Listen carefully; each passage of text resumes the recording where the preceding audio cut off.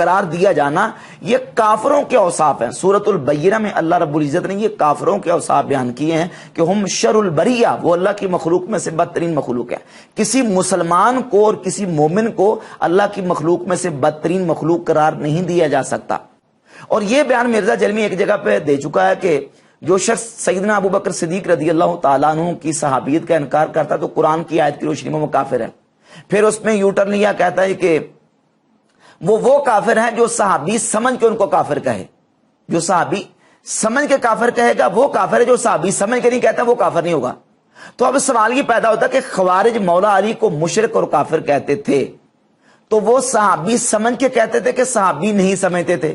جب انہوں نے مولا علی کی تکفیر کی اور مولا علی کو مشرک کہا، نعوذ باللہ تعالی الیاذ باللہ تعالی، تو اب اس کے باوجود ان خوارج کو مولا علی رضی اللہ تعالیٰ عنہ نے ان کے جنازے پڑھائے اور ان کا احترام اکرام کیا، ان کو غسل دیا. اس کا ثبوت درکار ہے، اس کا ثبوت پیش کرو.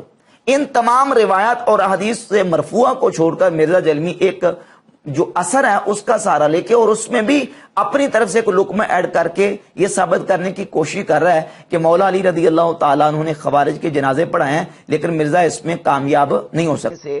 دعوی نبوت صحیح سند سے ثابت نہیں.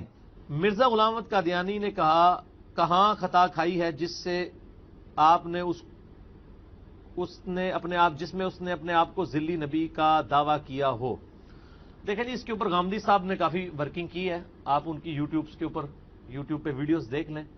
ان کا بھی موقف یہی ہے کہ اس سے کوئی صحیح سند سے ثابت نہیں ہے کہ اس نے خود کہیں پہ دعوی نبوت کیا ہو. اس نے جو ہے وہ اشارے ایسے ضرور دیے، پلس مسیح موعود ہونے کا دعویٰ، امام مہدی ہونے کا، یہ سارے دعوے کیے ہیں.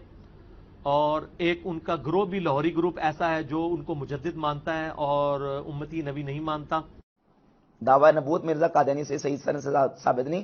یہ جوید احمد غامدی صاحب کا موقف ہے اور ان کا موقف بھی یہی ہے. یہ جملہ بتاتا ہے کہ مرزا جلمی جو ہے وہ اس مسئلہ میں کیا جواب دینا چاہ رہا ہے، جبکہ حقیقت یہ ہے کہ مرزا غلام قادیانی کے 20 حوالہ جات اس کی کتابوں میں موجود ہیں جس میں اس نے دعوی نبوت کیا اور امت کا اس بات پر اجماع ہے، تمام مکاتب فکر متفق ہیں کہ مرزا غلام قادیانی وہ مدعی نبوت تھا، ختم نبوت کا منکر تھا. اس کی کتابوں میں سے میں آپ کے سامنے چند حوالہ جات پیش کرتا ہوں. یہ مرزا غلام قادیانی کی کتابوں اور رسائل کا مجموعہ ہے. قادیانیوں نے 23 جلدوں میں شائع کیا ہے روحانی خزائن. یہ اس کی جلد نمبر 18 ہے اور جلد نمبر 18 میں صفحہ 231 پر ایک رسالہ ہے دافع البلا. اس میں مرزا غلام قادیانی نے لکھا ہے سچا خدا وہی خدا ہے جس نے قادیان میں اپنا رسول بھیجا. اپنے آپ کو نعوذ باللہ تعالی رسول ہونے کا اس نے دعویٰ کیا. اور یہی روحانی خزائن کی جلد نمبر 18 اس میں ایک دوسرا رسالہ ہے ایک غلطی کا ازالہ. اس میں صفحہ نمبر 207 ہے. مرزا غلام قادیانی لکھتا ہے یہ وحی اللہ ہے، محمد الرسول اللہ والذین معہ اشداء علی الکفار رحماء بینہم. اس وحی الہی میں میرا نام محمد رکھا گیا اور رسول بھی. یہ عبارات مرزا غلام قادیانی کی کتابوں میں اس کے رسائل میں بالکل جو ہے نا وہ واضح ثبوت فراہم کرتی ہیں کہ مرزا غلام قادیانی نے دعویٰ نبوت کیا تھا اور وہ ختم نبوت کا منکر تھا. اب یہ جواب دینا چاہیے تھا مرزا جلمی کو، لیکن مرزا جواب کیا دے رہا ہے کہ غامدی صاحب کا موقف بھی یہی ہے کہ مرزا غلام کے دوران ایک بات یہ بھی کی کہ یہ کہتے ہیں جی کہ دیکھیں اگر سابقہ امتوں کے اولیاء اللہ وہ اتنے تصرفات اور کرامات دکھا سکتے ہیں، جیسے سورۃ النمل کی آیت نمبر 40 میں آصف بن برخیہ کا ذکر ہے کہ آصف بن برخیہ ملکہ بلقیس کا تخت لے آئے، تو اس امت کے اولیاء کیوں نہیں کر سکتے؟ کہتا قرآن میں اور حدیث میں کتاب و سنت میں آصف بن برخیہ کا نام موجود نہیں ہے کہ جی اگر تخت بلقیس کو آصف بن برخیہ، یہ نام تو قرآن و حدیث میں نہیں آیا، اسرائیلی روایتوں میں صرف واقعہ صورت میں وہ لا سکتا ہے، تو اس امت کے بزرگ کیوں نہیں لا سکتے؟ تو لے آؤ، منع کیتا ہے، میری ویڈیوز نے روکیا ہوا تو انہوں لے آؤ، مان لیں گے ہم. وائٹ ہاؤس اٹھا کے لے آئے اسلام آباد میں تو مان لیں گے. بھائی کر کے بھی نہ دکھائیں اور پرانی کہانیوں کے اوپر امت کو لگا کے رکھے تو ہم کہیں گے نا کہ بھائی ثابت کرو ان چیزوں سے. اب پھر کل پھر یو ٹرن لے گا، کل کو مرزا پھر یو ٹرن لے گا. اب بیان دے چکا ہے کہ کتاب و سنت میں آصف بن برخیہ کا نام نہیں ہے، جبکہ حقیقت یہ ہے کہ آصف بن برخیہ کا احادیث میں نام موجود ہے۔ امام نسائی رحمہ اللہ اپنی کتاب سنن الکبریٰ للنسائی میں 10,927 نمبر حدیث لے کے ہے۔ سیدنا عبداللہ ابن عباس رضی اللہ تعالیٰ عنہ فرماتے ہیں انا آصف، فرماتے کان آصف کاتب سلیمان، آصف سلیمان علیہ السلام کے کاتب تھے۔ یعنی یہ جو آیت ہے قرآن مجید کی قال الذی عندہ علم من الکتاب، سورۃ النمل کی آیت نمبر 40، کہ اس شخص نے کہا جس کے پاس کتاب کا علم تھا کہ میں لے کے آؤں گا ملکہ بلقیس کا تخت۔ یہ کون تھا؟ یہ آصف تھا جو سلیمان علیہ السلام کا کاتب تھا۔ یہ سیدنا عبداللہ ابن عباس رضی اللہ تعالیٰ عنہ نے بیان فرمایا، سنت میں اس کا ذکر موجود ہے۔ اور یہ امام حافظ ہبۃ اللہ لالکائی کی کتاب ہے شرح اصول اعتقاد اہل سنہ، اس میں بھی صفحہ نمبر 401 پہ موجود ہے۔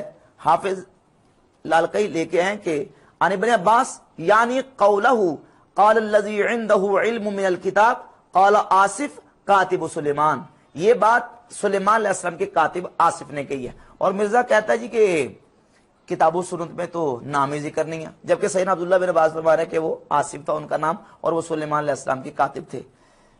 پھر کہتا جی کہ اچھا ٹھیک ہے، کہتا انہوں نے کرامت دکھائی تھی تو تم بھی کرامت دکھاؤ، کر کے دکھاؤ نا۔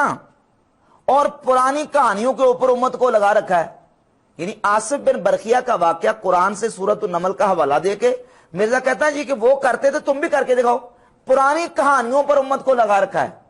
یعنی جو واقعہ قرآن نے بیان کیا سورۃ النمل کی آیت نمبر 40 میں، اس کو کہانی کہہ کے تو جناب لوگوں کو گمراہ کر رہے ہیں۔